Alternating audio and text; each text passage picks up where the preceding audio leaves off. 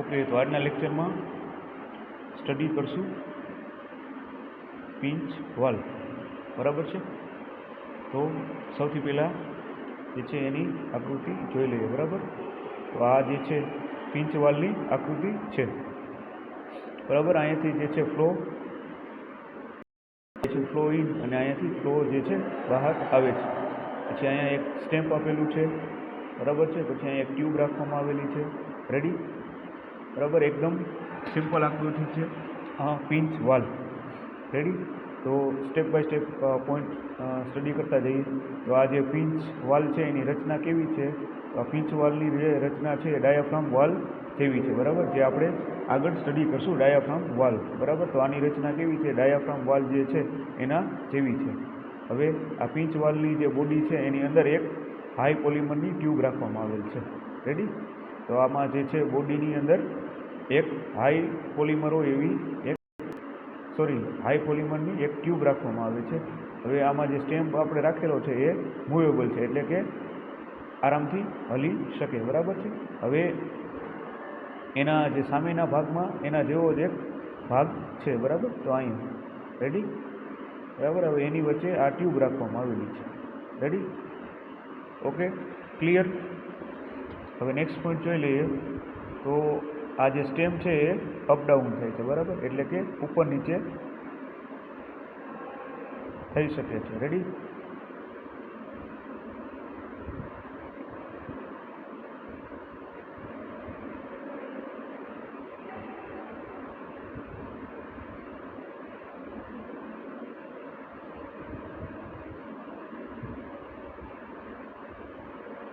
બરાબર.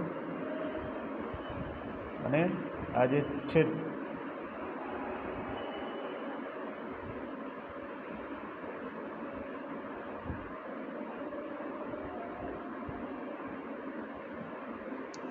બરાબર છે. હવે આ જ્યારે ટ્યુબ સંકોચાય અને વિસ્તરણ પામે છે, આથી જે વાલ છે એ ઓપન ક્લોઝ થાય છે. હવે પિંચ વાલનો ઉપયોગ છે એ મોટા ભાગે સોલિડ માટે થતો હોય છે, રેડી. હવે આ લેક્ચરનો જે છે આપણે યુટ્યુબ લિંક પણ પ્લેલિસ્ટમાં શેર કરી દઈશું, એટલે બરાબર બધા જોઈ શકે, રેડી. ચલો નેક્સ્ટ હવે એના એડવાન્ટેજીસ એટલે કે ફાયદા જોઈ લઈએ. તો પિંચ વાલના જે ફ્લોની કેપેસિટી વધારે હોય છે, પછી વાલની કિંમત ખૂબ જ ઓછી હોય છે, પછી આ વાલની જે છે આપણે મેન્ટેનન્સની જરૂરિયાત ઓછી રહે છે, રેડી, ક્લિયર. આના ફાયદા કે પિંચ વાલના જે છે ફ્લોની કેપેસિટી વધારે હોય છે,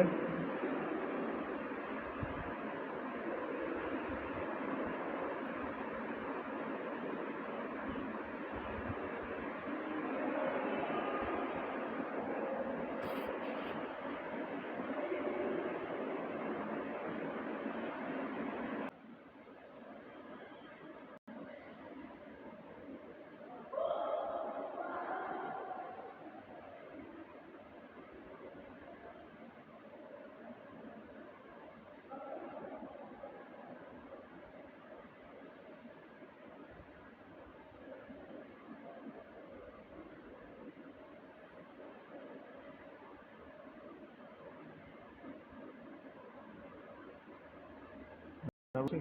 પિંચ વાલના જે છે આપણે એડવાન્ટેજીસ જે છે સ્ટડી કર્યા, બરાબર. હવે એના ગેરફાયદા જોઈ લઈએ. તો પિંચ વાલની છે રેન્જિબિલિટી ઓછી હોય છે, પછી પિંચ વાલનો જે રિસ્પોન્સ સ્પીડ હોય એ ઓછી હોય છે, બરાબર. અને હાઈ ટેમ્પરેચરવાળા ફ્લોમાં એનો ઉપયોગ થતો નથી અને સોલિડ માટે જ એ ઉપયોગી બને છે. તો આ એના ગેરફાયદા, રેડી, ઓકે. પિંચ વાલ ક્લિયર, રેડી, ઓકે. નેક્સ્ટ જોઈ લઈએ જે છે બોલ વાલ, બરાબર. સિમ્પલ આ બોલ વાલની આકૃતિ છે, બરાબર. જેમાં અહીંયાથી ફ્લો અંદર જાય, અહીંયાથી ફ્લો બહાર નીકળે. અહીંયા એક જે છે સીટ આપેલી છે, સીટ અને ટ્રીમ, બરાબર, જે આપણે આગળના લેક્ચરમાં બધા પોઈન્ટ ભણી ગયા છે, બરાબર. સ્ટેમ અને અહીંયા એક પ્લગ રાખેલો છે, બરાબર. અહીંયાથી ફ્લો અંદર જાય અને અહીંયાથી જે છે ફ્લો બહાર નીકળે, રેડી. સ્ટેપ બાય સ્ટેપ એના પોઈન્ટ સમજતા જઈએ, બરાબર. ફાઇનલ એક્ઝામમાં 3 થી 4 માર્ક્સમાં પૂછાઈ શકે. હવે પહેલો પોઈન્ટ જોઈએ. આ વાલમાં બોડીની અંદર એક બોલ રાખવામાં આવેલો છે, બરાબર. આ બોલ રાખવામાં આવેલો છે, બરાબર. અને આ વાલમાં બોલને જે છે 90 ડિગ્રી ફેરવવામાં આવે ત્યારે જે છે એ જે વાલ એકદમ ઓપન અને ક્લોઝ થાય છે 100%. રેડી. ત્રીજો પોઈન્ટ જોઈએ તો આ વાલ ખૂબ જ ટાઈટ રીતે ક્લોઝ થતો હોવાથી તેમાં લીકેજ ખૂબ જ ઓછું થાય છે, બરાબર. એકદમ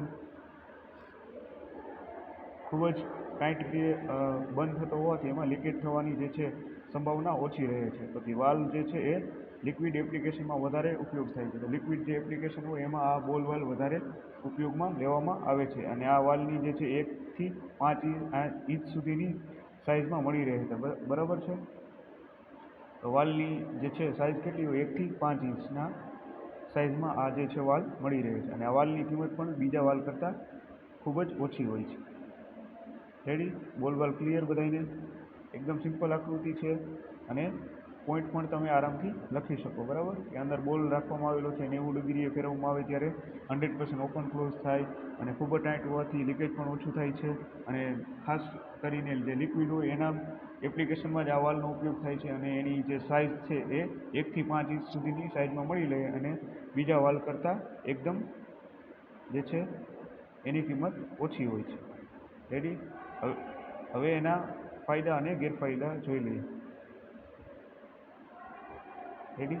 ફાયદામાં પેલું જોઈએ તો વાલની જે છે ફ્લોની કેપેસિટી વધારે ધરાવે છે અને એ કંટ્રોલ કરવાની લાક્ષણિકતા પણ ખૂબ જ સારી હોય છે. અને જે છે રેન્જિબિલિટી વધારે હોય છે. અને આ આપણે આગળ જોયું એમ આની કિંમત બીજા વાલ કરતાં ઓછી હોય છે, બરાબર. અને સ્લરીમાં ઉપયોગ થાય છે. વાલ જે છે ઓછા પ્રેશરમાં ઉપયોગ થાય છે અને વાલ છે time to time open close થાય છે. રેડી. તો આ થઈ ગયું આપણું બોલ વાલ, બરાબર. તો આજના લેક્ચરમાં આટલું રાખીએ. ઓકે.